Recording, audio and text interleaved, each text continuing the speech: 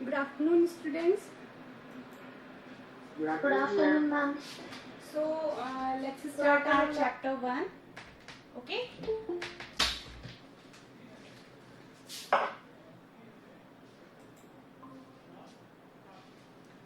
देखो बेटा, हमने कल ट्रेडिशनल मेथड्स ऑफ इरिगेशन पढ़ लिया था and the process of adding manure and fertilisers पढ़ लिया था. अब नेक्स्ट टॉपिक जैसा कि है हमारा modern methods of irrigation.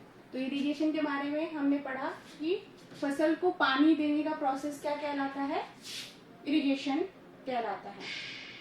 Okay, the supplying of water to the crops is known as irrigation. So in this method we have already read about traditional method and today we will read modern methods of irrigation.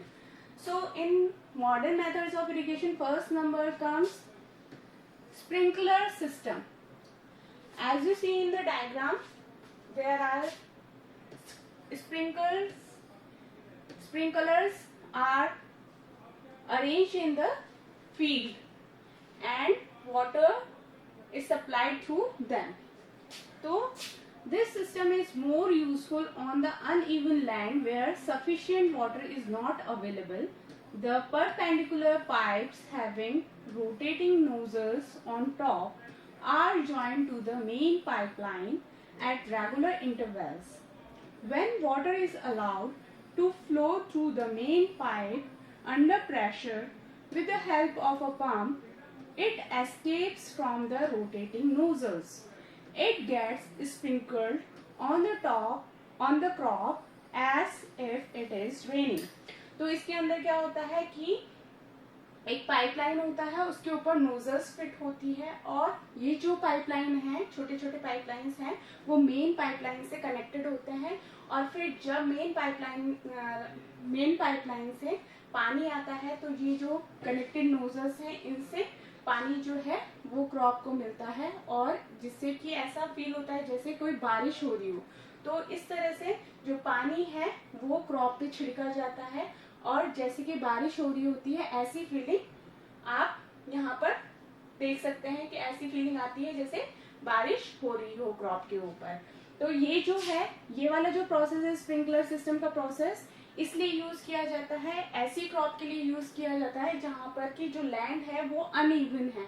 Uneven होने का means कहीं पर ऊपर है, कहीं पे नीचे है, मतलब जो सरफेस है वो इक्वल नहीं है ना. ऊबड़ खाबड़ हमारी जो क्रॉप की, जहाँ पर हमने क्रॉप उगाई है, फसल उगाई है, वो हमारा खेती की जो जमीन है वो अनइवन है. तो इसलिए हमने स्प्रिंकलर सिस्टम उसमें यूज करना बेटर रहता है ताकि ये पानी क्रॉप को इजीली अवेलेबल हो सके. Sprinkler is very useful for lawns, coffee plantation and several other crops. तो स्प्रिंकलर सिस्टम जो है हम कहाँ कहाँ यूज कर सकते हैं, लॉन्स के अंदर, कॉफी प्लांटेशन के लिए और दूसरे क्रॉप्स हैं वहां पर भी हम स्प्रिंकलर सिस्टम का यूज कर सकते हैं.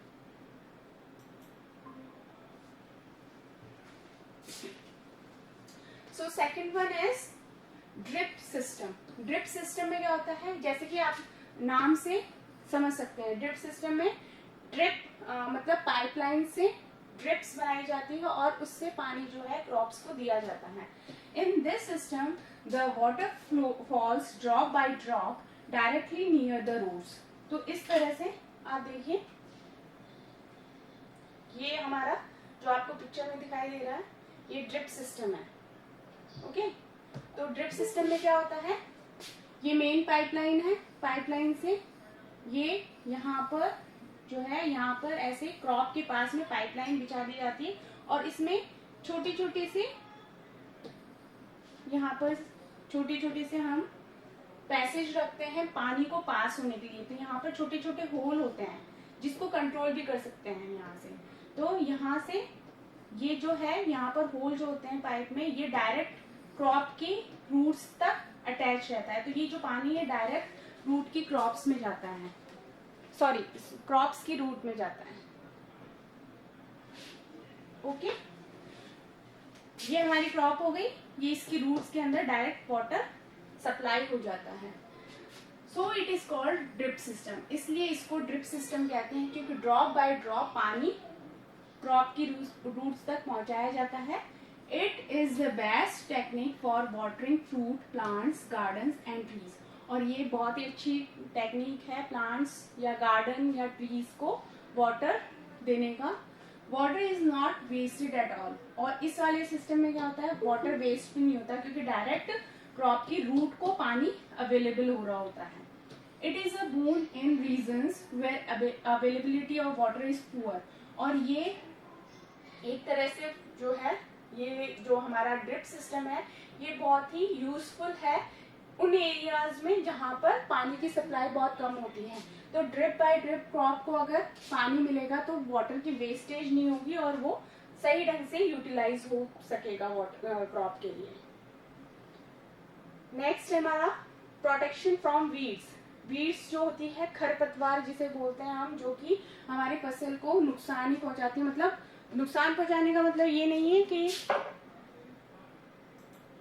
नुकसान पहुंचाने का मतलब ये है कि जो वीड्स होती हैं वो जो एक्स्ट्रा प्लांट्स होते हैं वो क्रॉप्स का न्यूट्रिशन खुद यूज कर लेते हैं और क्रॉप को प्रॉपर न्यूट्रिशन नहीं मिल पाता है, जिसके कारण क्या होता है कि क्रॉप सही ढंग से ग्रोथ नहीं हो पाती है क्रॉप की। तो इसलिए ऐसे छोटे छोटे प्लांट्स जो कि क्रॉप को नुकसान पहुंचाते हैं तो उनको हम वीड्स कहते हैं और इनको हटा देना ही बेटर रहता है क्योंकि वो क्रॉप की बेटर ग्रोथ नहीं होने देंगे।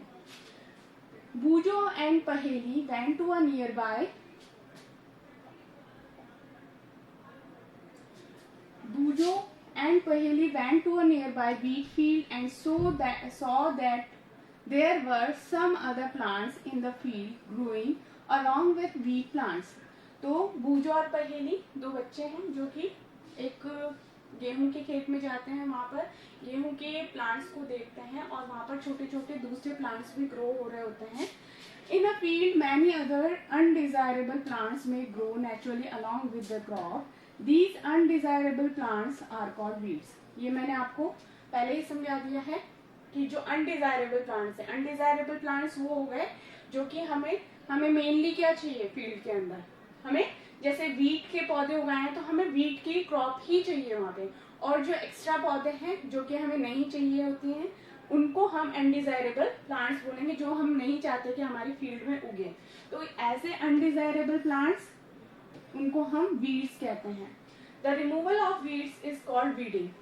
और इन वीड्स को हटाना क्या कहलाता है, क्या कहलाता है, वीडिंग कहलाता है।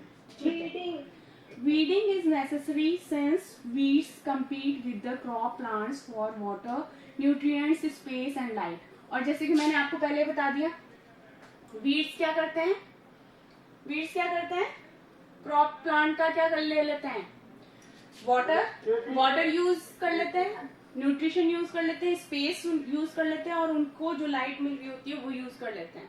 तो फिर क्या हो रहा है, क्रॉप को सही ढंग से न्यूट्रिशन नहीं मिल रहा है ना, और वाटर भी कौन यूज कर रहा है, वाटर, न्यूट्रिएंट्स, ये सारी चीजें वीड्स यूज कर रही है ना।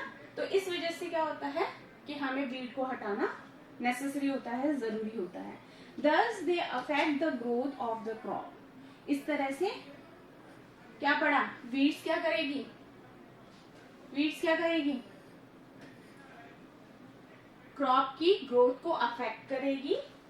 And some weeds interfere even in harvesting and may be poisonous for animals and human beings। और जब हम अपनी फसल को काट रहे होते हैं, हार्वेस्टिंग मीन्स फसल को काटना, जब हम फसल को काट रहे होते हैं तो ये जो वीड्स हैं वो भी इंटरफेयर करती है हार्वेस्टिंग के टाइम पे। मतलब इंटरफेयर करना मतलब हमें प्रॉब्लम होती है जब हम अपनी क्रॉप को काट रहे होते हैं तो बीच बीच में ये जो वीड्स हैं वो हमें प्रॉब्लमेटिक लगती हैं और ये पॉइजनस भी हो सकती है, जहरीली भी हो सकती है इंसानों के लिए और जानवरों के लिए। तो अगर जानवर खा लेंगे या इंसान खा लेंगे, इंसान के फूड में आ जाएगा तो ये पॉइजनस हो सकती है, जहरीली हो सकती है।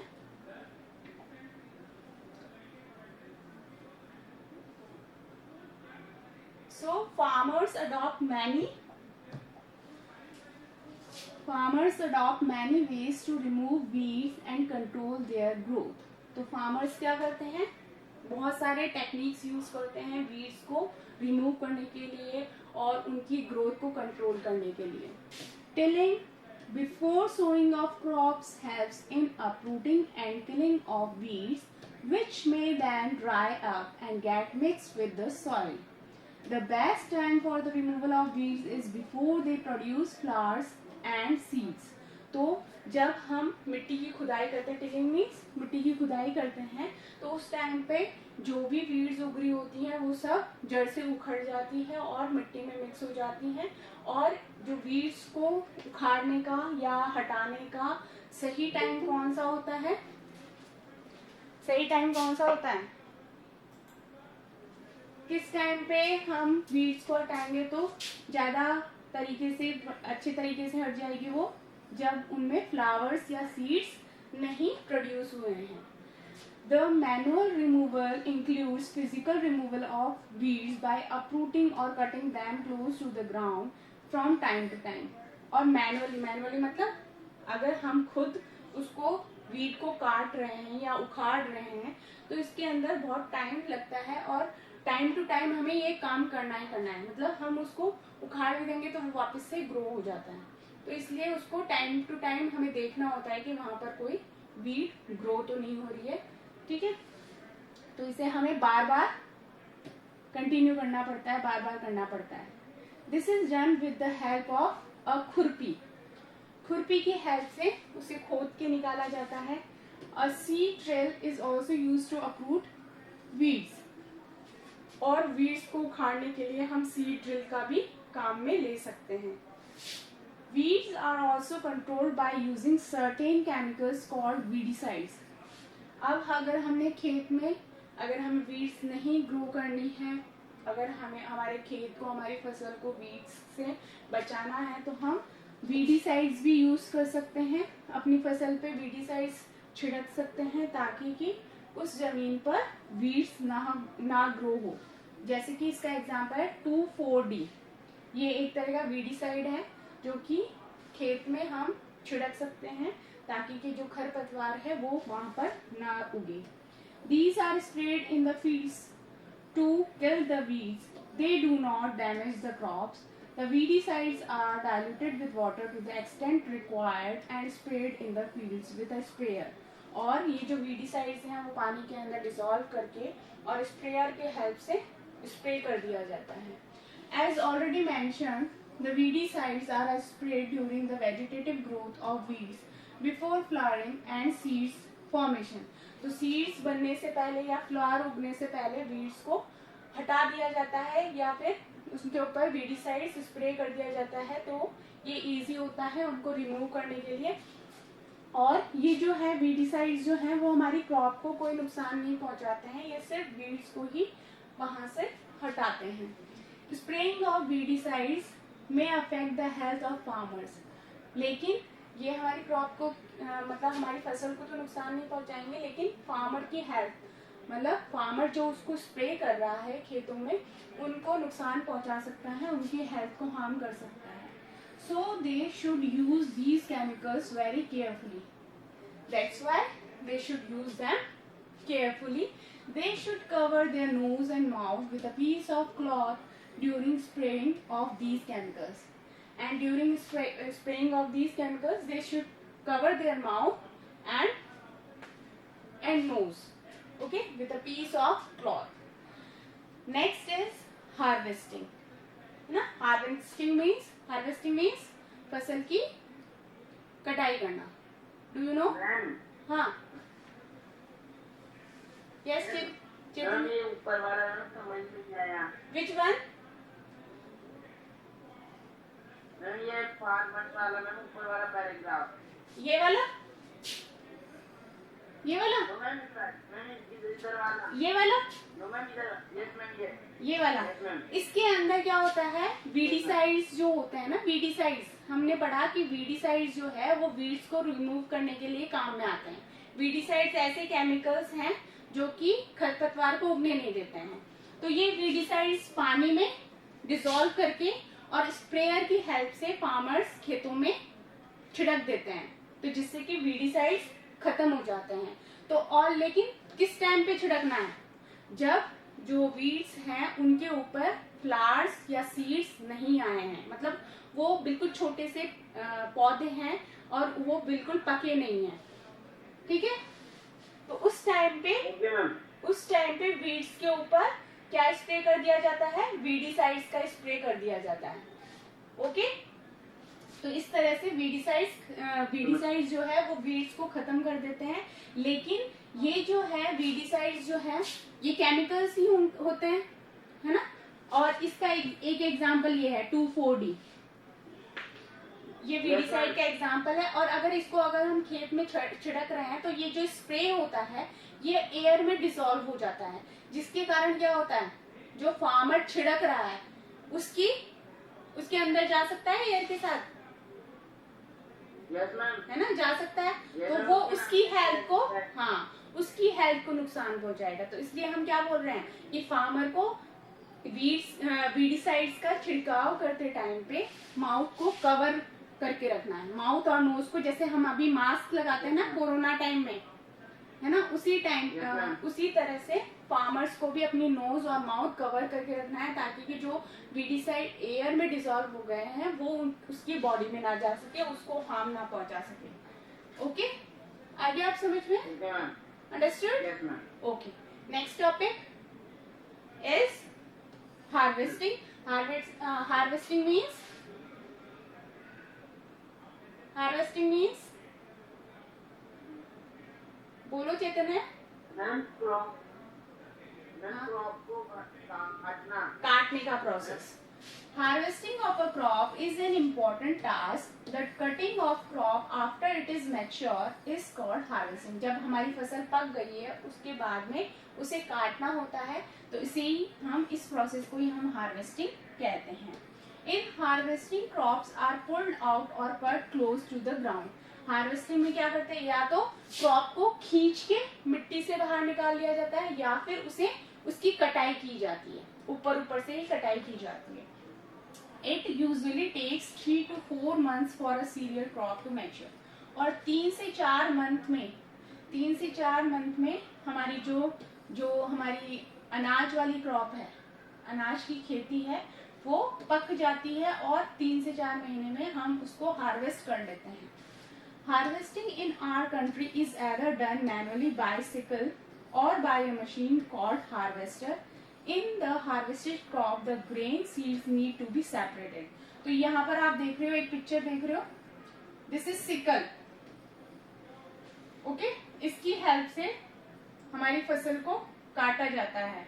तो हमारी कंट्री में क्या है, या तो फसल को किससे, सिकल से काटा जाता है, मतलब मैनुअली, है ना, इंसान के थ्रू काटा जाता है, या फिर मशीनरी के थ्रू काटा जाता है। तो जो हम मशीनरी यूज करते हैं हार्वेस्टिंग प्रोसेस के लिए उसको हम बोलते हैं हार्वेस्टर। ये 2 चीजें याद रखनी है कि मैनुअली अगर हम फसल को काटते हैं तो सिकल ये टूल है, this one is the tool to harvest our crop, है ना, जो मैनुअली यूज करते हैं हम हाथ से पकड़ के, है ना। और हार्वेस्टर इज द मशीन जो कि यूज की जाती है फॉर हार्वेस्टिंग। तो ये तो हो गई हमारी मशीन और ये हो गया हमारा सिकल जो हम मैनुअली यूज करते हैं। और फिर हार्वेस्टेड क्रॉप जो होती है, हमारी कटी हुई क्रॉप जो होती है, फसल होती है, उससे सीड को अलग कर लिया जाता है। मतलब जैसे कि गेहूं की फसल है ना, अब देखो यहाँ पर गेहूं की फसल की कटाई हो रही है ना। तो इसमें क्या है कि फिर सीड को, जो हमारे शाफ्ट होता है, मतलब जो पेड़ होता है, पेड़ के अंदर दाने लगे रहते हैं, इस तरह से आप देखोगे,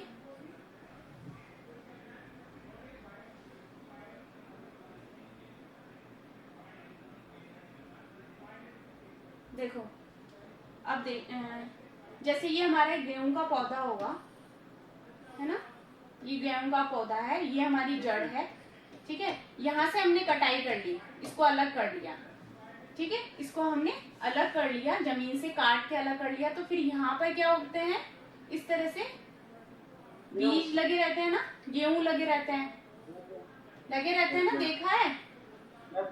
देखा है ना। तो इस तरह से अब इसको पूरे को तो यूज करते नहीं है हम, क्या इसको पूरे को यूज करते हैं खाने में हमारे? हाँ, सिर्फ गेहूं के ये जो बीज इसमें लगे रहते हैं इनको सेपरेट किया जाता है। तो गेहूं के बीजों को, ये जो हमारा पेड़ है, ये जो हमारा प्लांट है, इसकी स्टॉक से अलग करना, इसकी डंडी से अलग करने का प्रोसेस क्या कहलाता है? थ्रेशिंग कहलाता है। क्या कहलाता है?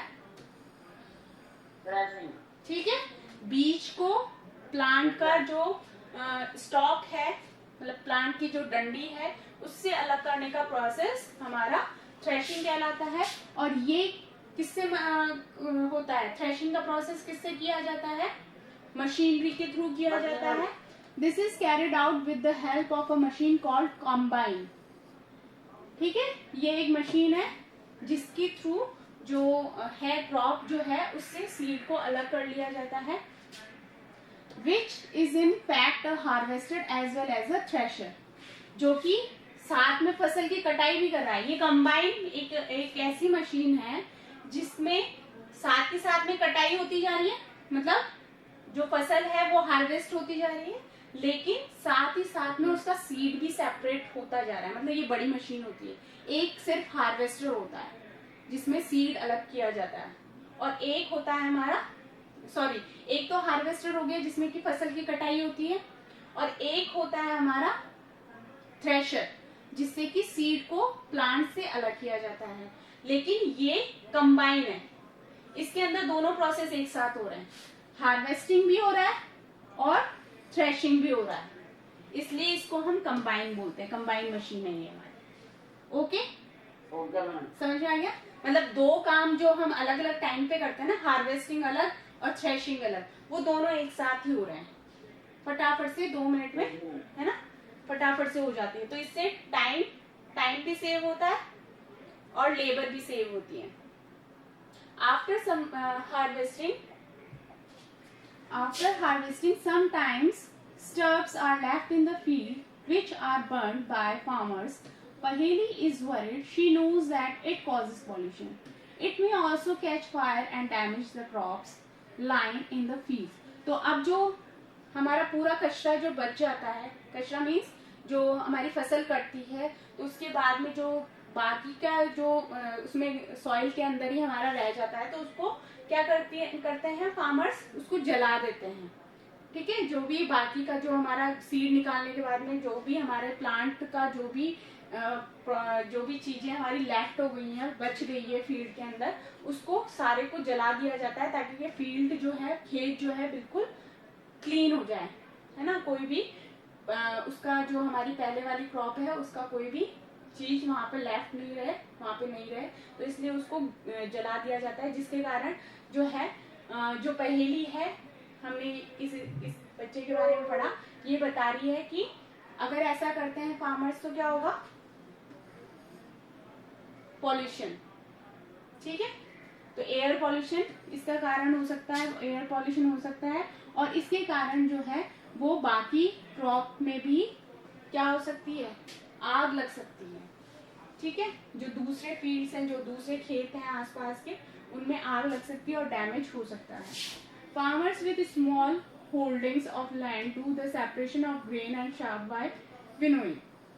आप देखो, जो हमारा कचरा होता है, भूसा जिसे बोल सकते हैं हम, है ना, जो डंडी और डंडी पे जो हमारा बीट लगा रहता है, उसको अगर हमें सेपरेट करना होता है, कहीं कहीं पे जैसे फार्मर्स होते हैं जिनकी छोटे छोटे खेत हैं, तो वो इतनी बड़ी मशीन अफोर्ड नहीं कर पाएंगे कि उसका किराया देना या उसको उनके खेत में चलाना करना, ये सब कुछ नहीं हो सकता। तो इतनी बड़ी मशीन वो नहीं बुलाएंगे, तो इसलिए वो क्या करते हैं?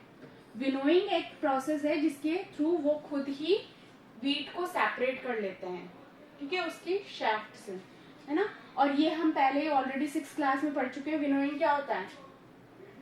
विनोइंग कौन सा प्रोसेस होता है? ये देखो, विनोइंग की मशीन भी है यहाँ पर, जिसके अंदर जो ये हमारा कचरा हो गया, है ना, जो वीट के मतलब वीट सीड है, उसके अलावा जो हमारा भूसा जो बच जाता है, जो कि हमारे लिए यूज नहीं होता, चारा जिसे बोल सकते हैं हम, और ये चारा जो है वो एनिमल्स वगैरह के लिए यूज कर लिया जाता है, और जो सीड निकलता है इस विनोइंग मशीन से वो हम यूज कर लेते हैं। ठीक है, वीट अलग कर लेते हैं, वीट सेपरेट कर लेते हैं, वीट का seed. Harvest festival, harvest festival भी मनाए जाते हैं, जैसे कि आफ्टर 3 और 4 मंथ्स, आफ्टर 3 और 4 months of hard work there comes the day of the harvest. 3-4 महीने तक बहुत अच्छे से जमकर हार्ड वर्क कर लिया जाता है फार्मर्स के थ्रू। उसके बाद में कौन सा टाइम आता है? हार्वेस्टिंग का, क्रॉप को कटाई करने का। क्रॉप की कटाई करने के लिए the sight of golden fields of standing crops laden with grain fills the hearts of farmers with joy and a sense of well-being. और जब फार्मर की जो हार्डवर्क का इंटर्न मिलता है ना, जब हम कोई हार्डवर्क करते हैं और उसका रिजल्ट हमें मिलता है तो कितना अच्छा लगता है। तो वैसे ही किसान जब खेती करता है, क्रॉप्स उगाता है, और फिर 2-3 महीने के बाद में जब फसल लहलाती हुई उसको खेतों में दिखाई देती है गोल्डन कलर की, तो उसके लिए बहुत ही खुशी का टाइम होता है, वो बहुत खुश होता है। The efforts of the past season have borne fruit and it is time to relax and enjoy a little. तो इसलिए वो ये ऐसा टाइम होता है जब क्रॉप जो है वो उग गई है, कटने को तैयार है, तो उस टाइम पे किसान बहुत खुश होता है। तो वो एंजॉय करने की सोचता है कि ये टाइम ऐसा है कि हम एंजॉय कर सकते हैं। The period of harvest is thus of great joy and happiness in all parts of India. तो हार्वेस्टिंग फेस्टिवल्स इसके लिए मनाए जाते हैं, जिसके अंदर मैन और वुमेन जो हैं इस फेस्टिवल को बहुत ही उत्साह के साथ, एंथुजियाज्म मतलब बड़े उत्साह के साथ में मनाते हैं, सेलिब्रेट करते हैं। Special festivals associated with the harvest season are Pongal, Baisakhi, Holi, Diwali, Nabanna and Bihu. तो ये सारे हमारे हार्वेस्टिंग फेस्टिवल्स हैं, ये आपको लर्न होने चाहिए। दिस में बी अ क्वेश्चन, ये एक क्वेश्चन बन सकता है। What name some harvesting festivals. Ma'am exam में पूछा जा सकता है। हाँ, तभी तो मैं बता रही हूँ आपको कि आपसे ये क्वेश्चन पूछा जा सकता है कि what are the names of harvesting festivals, give some names, है ना, या नेम सम हार्वेस्टिंग फेस्टिवल्स। तो आप ये नेम अगर याद रहेंगे तो आप इजीली आंसर दे पाओगे। और ये जो छोटी छोटी मैं डेफिनेशन भी बताती जा रही हूँ, जैसे कि बीडिंग का प्रोसेस है ना, बीडीसाइड्स क्या होते हैं, these are small questions you can prepare it, है ना। जैसे विनोइंग क्या होता है, थ्रेशिंग क्या होता है, हार्वेस्टिंग क्या होता है, these are small questions you can prepare them. Okay, make a small notebook and make small questions from the middle of the chapter, and this will help you to learn all the chapter. Next one is storage. अब हमने harvesting कर ली है ना, अब seed को क्या करना है? स्टोर करना है, ठीक है, स्टोर करना है। तो उसको स्टोर कैसे करेंगे ताकि के जो छोटे छोटे पेस्ट वगैरह होते हैं, छोटे छोटे कीड़े वगैरह होते हैं, उनसे बचा सके हम। नहीं तो वो क्या करेंगे? सीड्स को खा जाएंगे और फिर जो फसल का सही दाम नहीं मिलेगा। तो इसके लिए क्या करना पड़ेगा? Storage of produce is an important task. If the harvested grains are to be kept for a longer time, they should be safe from moisture, insects, rats and microorganisms. तो हमें इन सब चीजों से अपनी फसल को, अपनी जो कटी हुई फसल है, सीड्स हमने अलग कर लिए हैं, उनको इनसे बचाना जरूरी है। जैसे मॉइस्चर है, मॉइस्चर मतलब नमी। अब बारिश का मौसम है तो बारिश के मौसम में क्या होता है? नमी होती है, एयर में नमी होती है, तो हमारी जो जितनी भी चीजें हैं वो जल्दी खराब होना शुरू हो जाती है। हाँ, कीड़े मकोड़े भी बढ़ जाते हैं, रैट्स हैं, वो भी हमारी जो गेहूं वगैरह है, अनाज वगैरह हम घर में भी स्टोर करके रखते हैं। तो आपने देखा होगा कि आपकी मदर या आपके पेरेंट्स जो हैं वो किस तरह से वीट को स्टोर करके रखते हैं, है ना। तो इसके लिए क्या करना पड़ता है? Harvested grains have more moisture if freshly harvested grains are stored without drying. They may get spoiled or attacked by organisms, making them unfit for use or for germination. तो अगर हम जैसे हमारी सीड की जो हमारी क्रॉप की कटाई हुई है और हमने सीड को सेपरेट कर लिया है और फिर उसको हम फ्रेशली जो हमारी क्रॉप हमारे पास में आई है उसको हम स्टोर कर देंगे तो ये जल्दी खराब हो जाएगी क्योंकि उसके अंदर मॉइस्चर होता है। जैसे हमने उसको सीड को सेपरेट किया है ना, सीड को सेपरेट करने के बाद में उसको सुखाना पड़ता है ताकि कि उसमें जो मॉइस्चर है वो उड़ जाए हवा के साथ में, है ना। तो इसलिए फ्रेशली जो हार्वेस्टेड हमारा ग्रेन होता है या सीड होता है उसको हम बिना सुखाए स्टोर नहीं करते हैं क्योंकि इसके कारण क्या हो सकता है कि जो माइक्रो ऑर्गेनिजम्स वगैरह है या फिर जो इंसेक्ट्स वगैरह हैं वो उसको खराब कर देंगे, तो उस सीड को हम ना तो ग्रो कर पाएंगे ना ही यूज कर पाएंगे।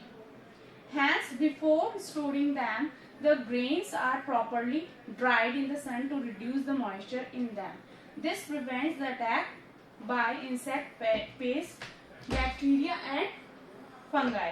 तो इस तरह से हम अपनी फसल को बचा लेते हैं। ये सारे जो है हमारे माइक्रो ऑर्गेनिजम्स हैं, पेस्ट, बैक्टीरिया, फंगाई, ये सारे हमारे माइक्रो ऑर्गेनिजम्स हैं। तो इसलिए हमें फसल को धूप में सुखाना जरूरी है ताकि कि इनसे हम अपनी फसल को जो हमने काटी है, जो सीड्स हैं, उनको हम बचा सकें। Okay, so we have studied storage and this is now next we will read this much for today. Okay, आज हम इतना ही पढ़ेंगे। नेक्स्ट जो है इसके आगे वाला टॉपिक वो हम कल कंटिन्यू करेंगे। ओके, सो यहाँ तक आपको वापस से रीड करना है अपनी बुक से और प्रैक्टिस करनी है इसकी and try to frame small questions from it. Okay okay okay ma'am. Okay ma'am.